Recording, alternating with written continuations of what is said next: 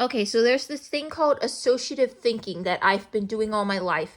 And I'm going to splice in a video I just saw explaining it, because until I saw that video just now, I didn't know there was an actual term for it. I do not want to go to work tomorrow. Me neither. I burned a bunch of nuts in the toaster yesterday. Oh, well, that's a little random. Not really. You said you didn't want to go to work, so then I thought about how you work in an office, then I thought about the TV show The Office, then I thought about the episode where Pam wants a new chair because hers is uncomfortable, then I thought about the dentist because the dentist has really uncomfortable chairs, then I thought about anti-inflammatory medicine because they recommend that you take it after dental work, then I thought about healthy fats because some people say they're anti-inflammatory, then I thought about nuts. So, what's the worst injury you ever had? Anyway, my immediate next thought was, what if that's what's happening in the Book of Bill? So, I'm going to go through the Book of Bill and try to connect the earlier chapters. Humble brag. Because here's the thing. I had noticed after rereading the Book of Bill that, like, the first section where he just flips from one topic to the next is not entirely random. Like, a lot of it ties into, like, his backstory and stuff we learn in the second part of the book where he's talking about himself. So, let's go through this. So we start here, where the reader accepts Bill's deal, and the Book of Bill begins, and we see he's going through different covers, because a book needs a cover, obviously. And then he's asking for blood. This is just like standard beginning of the book stuff, kind of just following the typical formula, although it already looks really weird. Then we've got About Me, which, this makes sense, because again, like, you know, typically when you first meet someone, the first thing you do is introduce yourself. Then things start to get a bit random, or so it seems. Bill decides that in order to better introduce himself, he's gonna do an interview, and then Bill decides he's gonna put the interview in a magazine form. Why? Because celebrity interviews often come in magazine forms. So we go from getting the reader introduced to him to people get to know celebrities through interviews to interviews appear in magazines. And there we have a magazine. And then we have the aforementioned interview. And then he goes on to talk about his powers. This is still on the, like, introducing the reader to himself path. So here we're still in the same area. Then we veer off to The Great Gatsby, but specifically the line talking about the pair of eyes overlooking the Valley of Ashes. Now, here's where things get interesting, because we see here that this comes up when he starts talking about his weaknesses. And as we know from reading the second part of the book, one of Bill's weaknesses is the guilt and shame he holds for his past. So, you know, this caused him to think about his past, and he pulled up Gatsby as a distraction, and his subconscious went to something that's still tied into, like, the flashback that he was probably having in response to bringing up his weaknesses. And then Ford shows up. That I'm not going to include because that's not really controlled by Bill. And I'm looking specifically at Bill's train of thought. Then we go to Secrets of the Universe. The key here is secrets, because Bill is basically insisting here that he's going to keep his weaknesses secret from the reader. Oh, what else is secret? The secrets of the universe.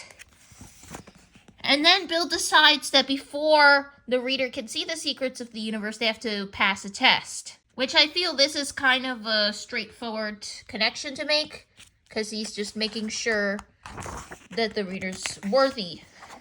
Then we have some really weird things over here, because now we see, like, Bill is thinking of all kinds of different tests. An illusion test, a riddle, a word search could technically be seen as a test, or maybe at this point he's just thinking of things that appear on a piece of paper, you know? Maybe he's kind of devolving to, like, what else just, like, shows up in, like, activity books and, like, other papers that you write on. And we got the S even. That's another thing that shows up on paper. So now we've kind of gone to, like, stuff that appears on paper, and then Bill is like, oh yeah, this is a test, so let's add like a test question. Wait, I wonder if this means something. Because he says, what is this thing? Why won't it leave me alone? Which is out of character for Bill, so there must be some sort of... Yeah, there's a hidden message in here. I think there's like letters going this way. I don't know. There seems to be something hidden in there. I just noticed that. Anyway, we have like more like test stuff. A crossword again. He's just thinking of like stuff that appears on paper that people fill in. So the final question is, what is the purpose of life? Which, yeah, that is a question. So I guess it can go on a test. You know, questions go on tests. And then after that, we go into Bill revealing the secrets of the universe, you know, which obviously, first things first, reality is an illusion, the universe is a hologram. And then we get into humans. It probably comes from this starting point here, where he's talking about the weaknesses of humans. And he basically starts out by saying humans are so weak, so I'm going to enlighten you. Then he goes back. He's still thinking humans are so weak. Well, let's elaborate on that. So then we have all this stuff on like the disgusting human body. And then he starts thinking about tattoos, because here he's talking about skin and tattoos go on the skin. Then we go into love, because this is another human weakness. Like, we're still talking about all the stuff that Bill perceives as disgusting human weaknesses. We've just shifted from physical to psychological. Then Bill is like, I can help you, because his whole thing is that he's trying to seem like someone who can help the reader. Here's what's interesting. He was thinking about X's. He thought about Ford, but he didn't want to say that. And so he thought about how he died because of Ford. And so that got him thinking about death. But he didn't want to go into his own death. Nope, absolutely not. So instead, he decided, well, I'm still entertaining the reader, so let's talk about the reader's death. How will you die? And then the reader is now wondering, like, Bill, you died. So Bill's like, all right, I guess I'll like share some like very vague information about being half alive. But then he's like, oh, we can't stay here for too long. I don't want to talk about where I am right now. So distraction time, how to cheat death. And then that goes into heaven, because the afterlife kind of ties into cheating death. Then we go from heaven to morality, because you have to have like perfect morals to get into heaven.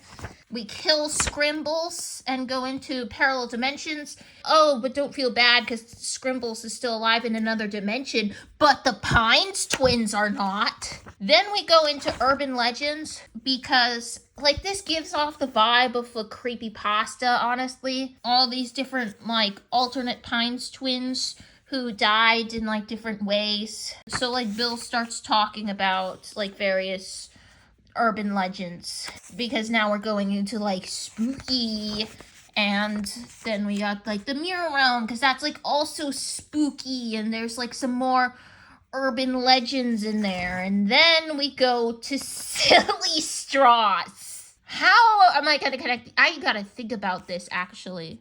I'm actually not sure, but if I had to guess, I would say that he somehow got triggered again into thinking about his childhood. But obviously he didn't want the reader to know that, so he just like threw in silly straws as sort of like a mask, like, hey look, this is so fun unless you kill someone with it. And like he's kind of just trying to like pull the attention away from all the stuff that's like leaking out, but it's not really working, because silly straws also are tied to his trauma. And then we go into codes, because, you know, Bill, he didn't do a good job at like covering up like he was trying to. So now he's trying to like do some damage control and tell the reader that the book has no codes. Like, yeah, I know you saw like a bunch of random numbers and letters on this page, but just ignore it because they don't mean anything. I feel like maybe this could actually tie into codes because, so he was probably thinking about scrambled phrases, scrambled faces, and then we get this. And then this is the extra stuff that comes with the Barnes & Noble edition. So I'm going to try to connect it both to here and to the end of this part. So Bill is talking about redecorating the faces of one of your enemies. And then we go into like how to reach Bill, because this is something that he would have to be in person to do. Here it's a little bit of like a jump because he's thinking about interacting with the reader in person, and then he's just thinking in general of different ways to interact with the reader outside of the book. And so then we've got this page with all the other ways to reach him. We go into cults. All of these ways to reach Bill are cult-like activities that his cult followers probably partook in.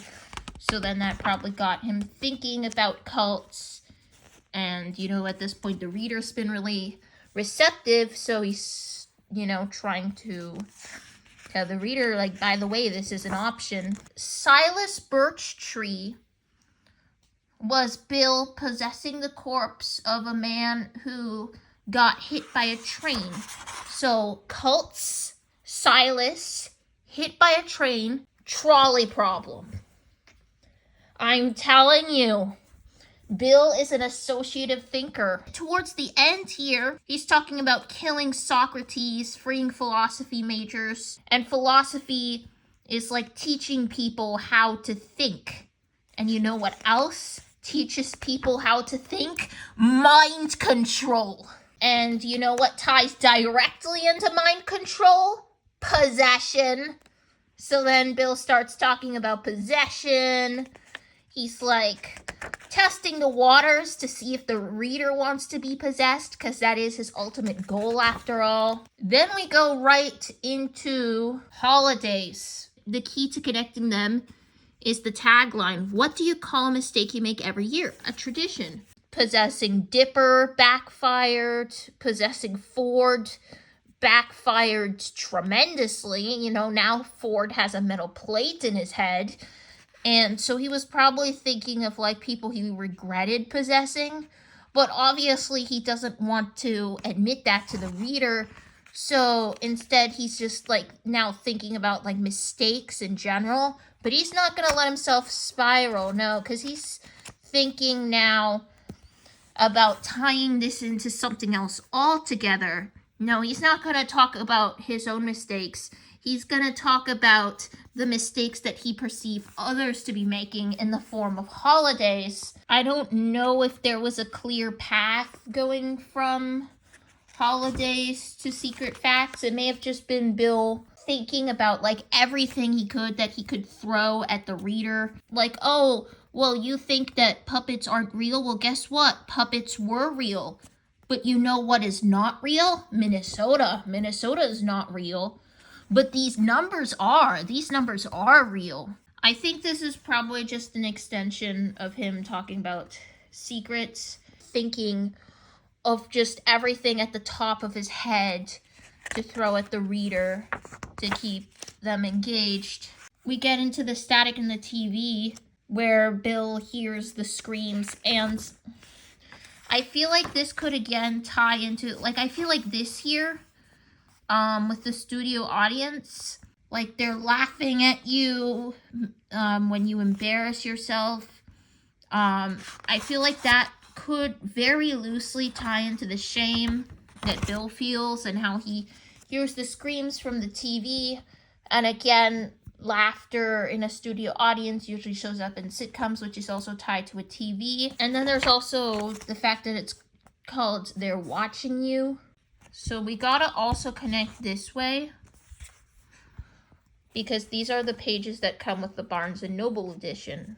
So this is where he first brings up the mindscape. Oh, maybe because we've got like a bunch of heads, and he was thinking of like faces, heads, minds, mindscape.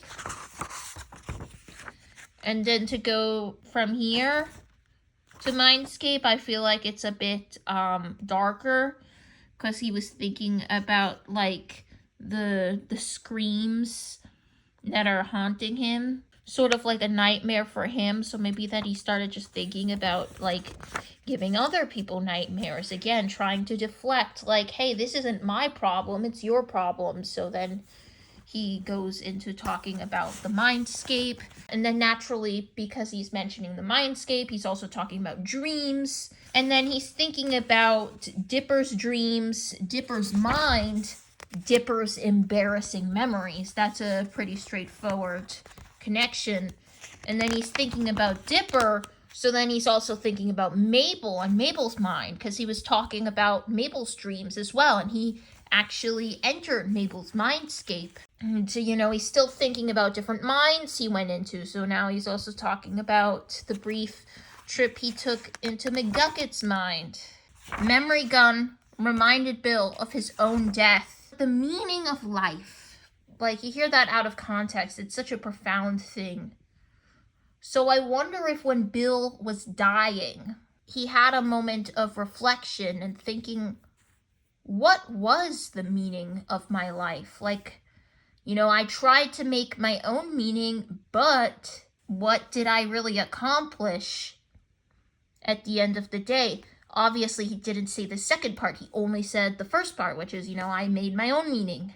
He was probably thinking about his childhood at the same time, because as he's saying here, he knew from an early age that he was going to need to figure out his own meaning. So, like, this is something that he had spent almost all of his life trying to figure out. And maybe he thought he had it figured out, only to die and realize maybe he didn't. But of course he wasn't going to say that. And of course, since he was thinking about life and his death, he was like, let me tell you my story from birth to death. And that segues directly into his story. What do you think? Let me know in the comments. Oh, and remember, Reality's Illusion Universe Hologram by Gold. Bye!